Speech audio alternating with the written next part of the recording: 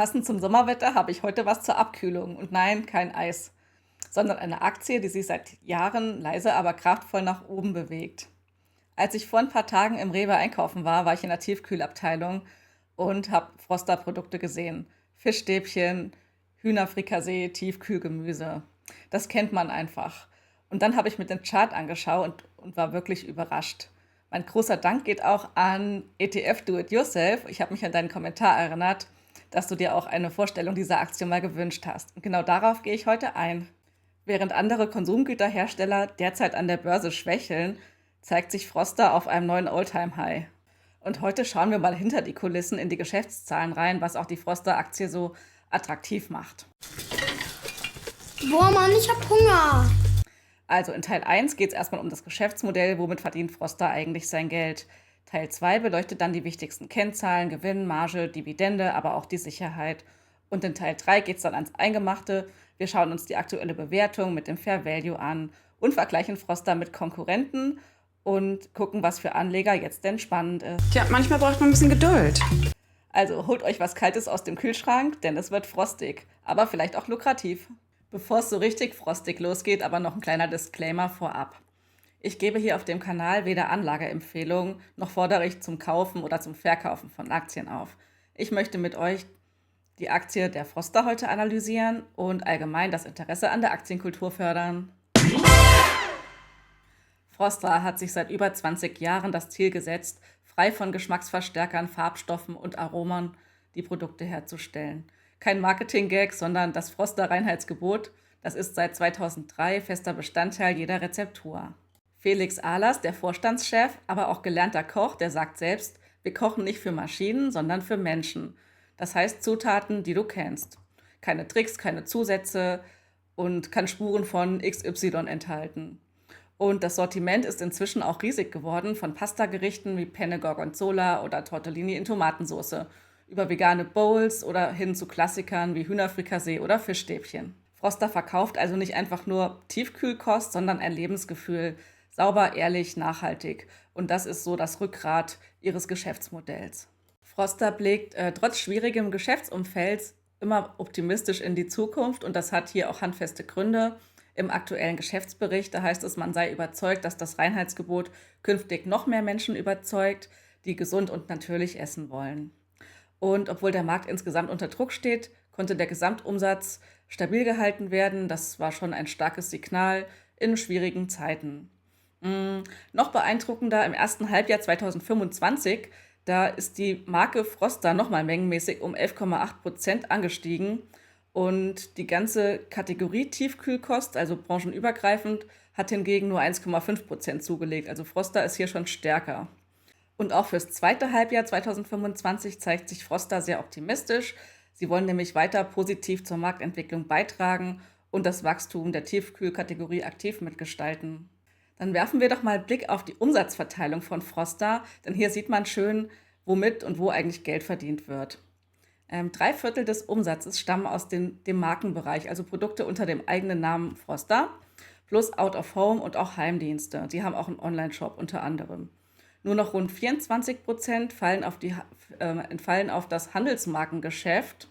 Das sind Auftragsproduktionen für andere Supermarktmarken, aber dieser Bereich ist nicht ganz so lukrativ und der wird auch bewusst zurückgefahren, weil er nicht ganz so profitabel ist. Nach Regionen verteilt sich der Umsatz auf den Kernmarkt, nämlich zu 62% auf Deutschland und damit bleibt dieser Heimatmarkt auch klar im Fokus. Aber auch das Auslandsgeschäft wächst und macht immerhin schon 38% aus, überwiegend in Europa. Im ersten Halbjahr 2025 lag der Umsatz bei 330 Millionen Euro. Das sind 4,4% mehr als im Vorjahreszeitraum. Auf das Gesamtjahr 2024 gerechnet waren es 638 Millionen Euro, trotz eines herausfordernden Umfelds, denn Froster wächst und das vor allem mit der eigenen Marke. Dann schauen wir doch jetzt mal, wie profitabel die Froster eigentlich so wirtschaften. Denn wir wollen hier die Stärke des Unternehmens tatsächlich mal ansehen. Seit Jahren wächst der Umsatz stabil. 2024 lag er bei 638 Millionen und parallel dazu stieg auch der Gewinn an, was zeigt, dass sich die Effizienz auch stetig verbessert hat. Besonders stark ist aber die Nettogewinnmarge, also alles, was an den nachdem die Kosten bezahlt wurden, inklusive Zinsen und Steuern noch hinten dran hängen bleibt. Die lag nämlich im Jahr 2024 bei 9,7%. Und für einen Lebensmittelhersteller ohne Premiumpreisniveau ist das schon echt bemerkenswert. Und auch bei der Kapitalrendite, da sahnt Froster ab. Die Eigenkapitalrendite liegt bei rund 17%, also jeder Euro Eigenkapital bringt 17 Cent Gewinn. Und der Return on Invested Capital, also die Verzinsung des gesamten eingesetzten Kapitals, liegt bei sehr soliden 15,3%. Also Froster ist nicht nur solide finanziert, sie arbeiten auch effizient und profitabel und sowas will man halt als Aktionär auch sehen. Dann wechseln wir jetzt mal rüber zur Aktionärsseite und schauen, wie profitabel die Froster-Aktie für uns als Aktionäre so ist. Zuerst schauen wir auf die Dividendenpolitik. Aktuell liegt die Dividendenrendite bei rund 2,6% und basiert auf einer momentanen Auszahlung von 2,40 € je Aktie. Das klingt jetzt erstmal vielleicht nicht ganz so spektakulär, aber sie ist nachhaltig finanziert. Denn sie macht nur rund 37% des Gewinns aus, also sie haben nur eine Ausschüttungsquote auf den Gewinn von 37% und lediglich auf 22% des freien Cashflows.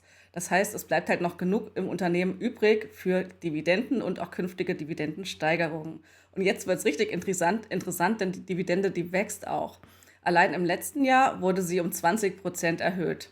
Im 5-Jahres-Schnitt liegt das jährliche Dividendenwachstum bei 9,4%, im 10-Jahres-Schnitt immer noch bei 6,2%. Das ist erstmal ziemlich stark, jedoch hat die Froster in den letzten beiden Jahren die Dividende so stark angehoben. Davor war sie zwischen 2017 und 2023 stagnierend auf dem gleichen Niveau von 1,60 €. Sie haben im Jahr 2024 dann auf 2 € erhöht und im Jahr 25 auf 2,40 €. Ja. Und wer langfristig denkt, der schaut auch noch auf die nachhaltige Wachstumsrate, also wie schnell das Unternehmen nach Abzug der Dividenden dann überhaupt noch wachsen kann. Und basierend auf der Eigenkapitalrendite von 17% und der Ausschüttungsquote von 36,9% ergibt sich ein internes nachhaltiges Wachstumspotenzial von 9,8% pro Jahr, was die Froster intrinsisch wachsen könnte. Das ist also der theoretische Spielraum, den das Unternehmen zur Verfügung hat, um Dividende und Substanz parallel weiter wachsen zu lassen. Ja, neben den Dividenden werden wir Aktionäre ja auch noch durch Aktienrückkäufe belohnt, deswegen schauen wir da mal, wie es bei der Froster aussieht. Aber da muss man ehrlich sagen, da passiert nicht so viel. Im Gegensatz zu vielen anderen Unternehmen gehört das Rückkaufen eigener Aktien nicht so zu Frosters Strategie. Sie kaufen zwar ab und zu welche zurück, aber geben diese dann zu vergünstigten Konditionen an eigene Mitarbeiter aus. Also de facto sind immer noch genauso viele Aktien im Umlauf. Dann werfen wir doch mal einen Blick auf das Kurswachstum der Froster-Aktie und vor allen Dingen auf den langfristigen Total Return, also inklusive Dividenden. In den letzten 10 Jahren hat die Aktie ohne Dividenden 183% zugelegt. Das ist schon stark. Mit Dividenden sind es sogar 234,8%. Ein Beweis dafür, wie viel auch langfristige Wirkung regelmäßige Ausschüttungen haben. Auf 5 Jahre sieht es auch noch gut aus, 36,9% ohne Dividenden und 50,4% mit Dividenden wurden als Rendite auch erwirtschaftet. Also rund ein Drittel der Performance stammt auch aus den Ausschüttungen. Die machen hier schon einen großen Anteil der Rendite auch aus. Man sieht aber auch, dass der Aktienkurs immer mal wieder Höhen und Tiefen hat und je nachdem, wann man in die Froster-Aktie eingestiegen wäre, hätte man halt mehr oder weniger Rendite. Ja, Froster überzeugt nicht nur durch solides Wachstum, sondern auch durch eine extrem stabile Bilanzstruktur. Und wer auf Sicherheit achtet, der findet hier auch ganz viele grüne Haken. Denn die Verschuldung, die ist echt saumäßig gering. Die Verschuldung zum EBITDA ist nur 0,2. Das heißt, Froster bräuchte aktuell nur 0,2 Jahre. Das sind ganze 2,4 Monate, um alle Schulden rein mit dem operativen Gewinn zurückzuzahlen. Und das ist schon extrem stark. Und auch im Verhältnis zum Eigenkapital steht Froster hier hervorragend da. Die Gesamtverschuldung liegt nur bei 4,3 Cent pro 1 € Eigenkapital. Und das ist ein Wert, bei dem die größere Lebensmittelkonzerne dumm aus der Wäsche gucken. Ja. Und auch das Interest Coverage kann sich sehen lassen. Das liegt aktuell bei 59,6 Mal. Also Sie könnten locker 59, fast 60 Mal Ihre Zinsen einfach so mit dem EBIT Push und tilgen. Ja, ja, und der Free Cashflow, der hat sich zuletzt auch ein bisschen verbessert. Der ist auch auf einem soliden Niveau. Trotz höherer Dividenden und Investitionen bleibt Froster damit auch liquide und handlungsfähig. Also als kleines Fazit, wer ein Unternehmen mit stabilen Finanzen, mit minimaler Verschuldung und auch mit einer hohen Krisenfestigkeit sucht, der könnte sich die Froster echt mal genauer anschauen.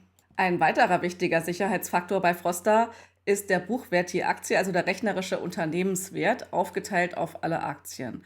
Aktuell liegt der Buchwert bei 38,50 € je Aktie und der materielle Buchwert, also der sogenannte Substanzwert, ohne immaterielle Vermögensgüter wie Marken, Patente, Goodwill und so weiter, liegt bei 37,09 €. Was heißt denn das konkret? Also würde man alle Vermögenswerte veräußern und alle Schulden tilgen, blieben rein rechnerisch über 37 € je Aktie übrig. Zum Vergleich, der Börsenkurs liegt bei 94 € und der Substanzwert, der sagt aus, was dann wirklich noch an Substanz auch vorhanden ist.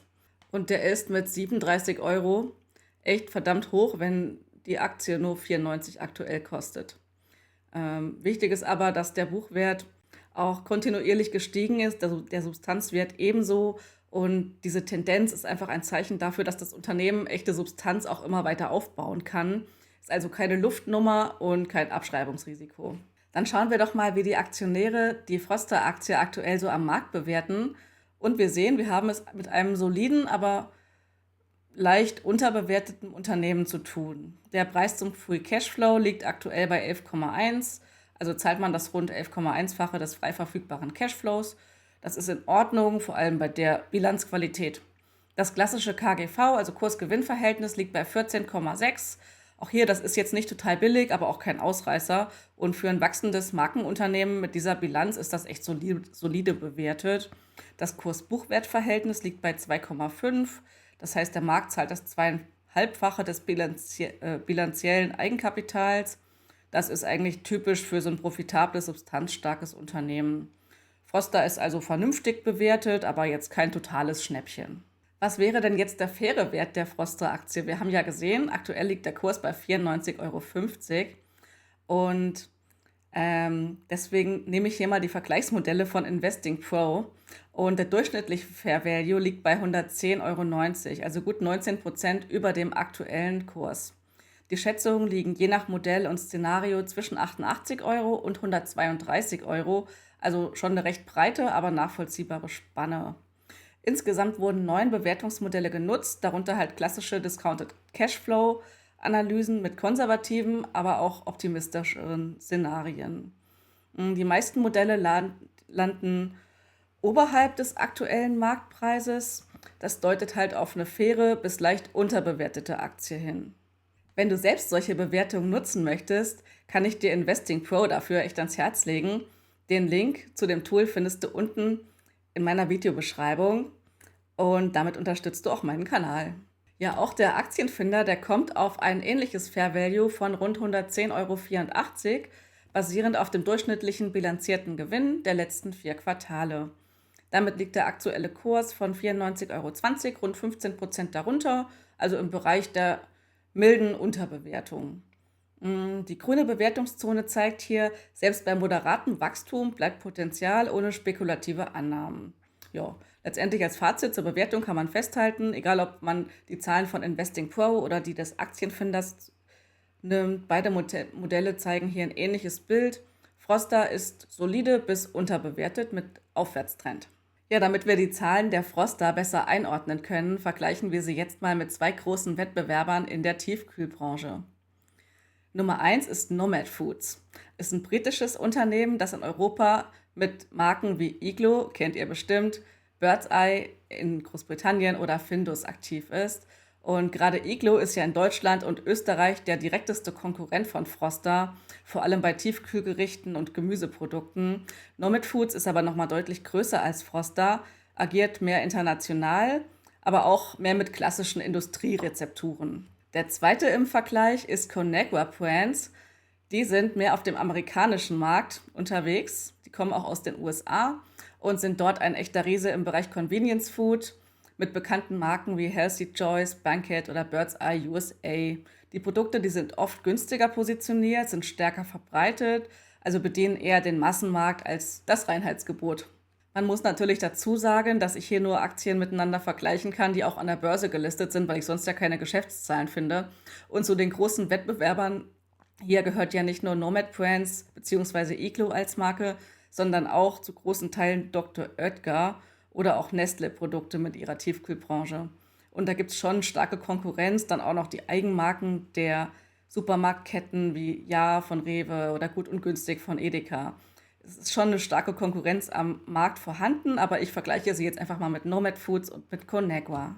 Ja, beim Blick auf die Nettomarge sehen wir, dass Froster mit 6,5% knapp hinter Nomad Foods liegt.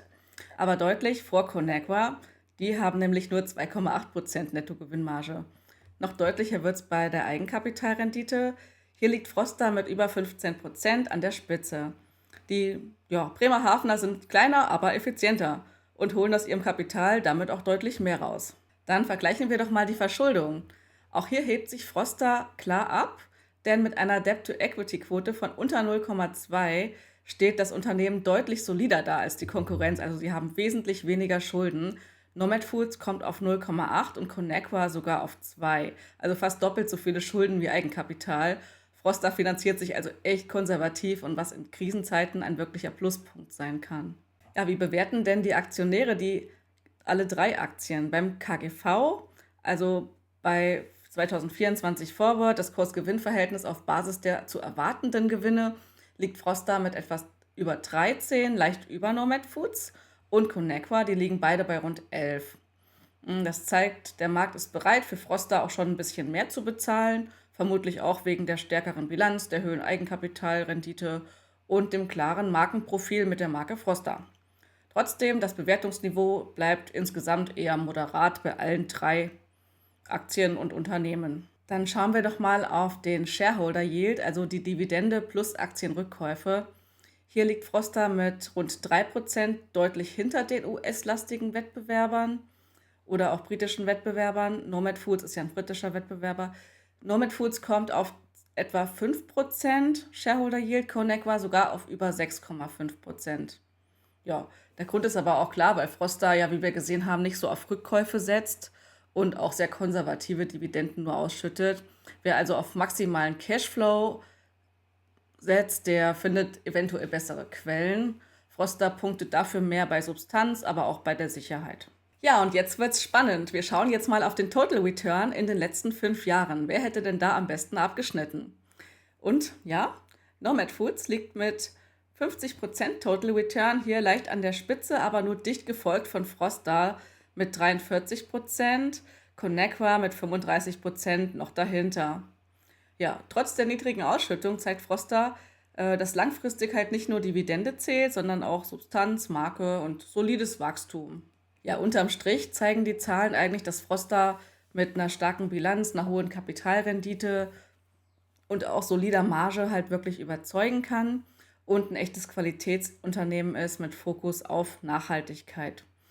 Aber auch Nomad Foods machen vieles richtig. Sie haben eine höhere Gesamtrendite, sie haben auch starke Marken wie Iglo und sind auch effizienter, wie man vielleicht denkt, gerade weil der Aktienkurs von Nomad Foods auch gerade im Keller ist. Conagua punktet eher als Cashflow Yield, zeigt aber auch Schwächen bei der Marge und der Verschuldung. Und wer also auf europäische Tiefkühlwerte mit Substanz setzt, findet in Froster, aber auch bei Nomad Foods 2 ernstzunehmende Kandidaten. Ja, da die Werte von Nomad Foods auch sehr, sehr solide aussehen und mich der niedrige Aktienkurs im Moment zum Nachdenken anregt, habe ich jetzt auch nochmal Investing Pro aufgerufen. Und dort zeigt sich, dass das Fair Value aktuell bei über 40% des aktuellen Kurswerts liegt. Also hier steckt noch mehr Upside-Potenzial drin als aktuell bei Froster. Und bei dem Unternehmen lohnt sich definitiv auch mal ein genauerer Blick, warum das so ist. Ja, in der KI-basierten Analyse kann man sehen, dass bei Nomad Foods aktuell ein CFO-Wechsel ansteht und der kann ja sowohl Chancen als auch Risiken bieten, je nachdem, in welche strategische Ausrichtung er das Unternehmen auch führt. Aber man sieht halt auch, dass sie neue Marken auch etablieren wollen, sich auch weiterentwickeln, ihr Produktportfolio weiter ausbauen wollen. Also hier lohnt sich wirklich nochmal ein genauerer Blick in Nomad Foods. Ja, danke, dass ihr dabei geblieben seid. Ich hoffe, ihr konntet ein paar nützliche Eindrücke zur Froster und auch zur Tiefkühlbranche gewinnen. Ja, wenn euch das Video gefallen hat, lasst mir gerne ein Like da und abonniert auch meinen Kanal, damit ihr keine weiteren Analysen zu soliden Dividendenwerten und versteckten Qualitätsaktien mehr verpasst. Ja, falls ihr noch tiefer einsteigen wollt, empfehle ich euch außerdem nochmal meine Videos zur Allianz und auch zur Jungfraubahn, ein echter Geheimtipp aus der Schweiz und in der Tourismusbranche tätig. Ja, ich danke fürs Zuschauen und wir sehen uns das nächste Mal und ciao, ciao.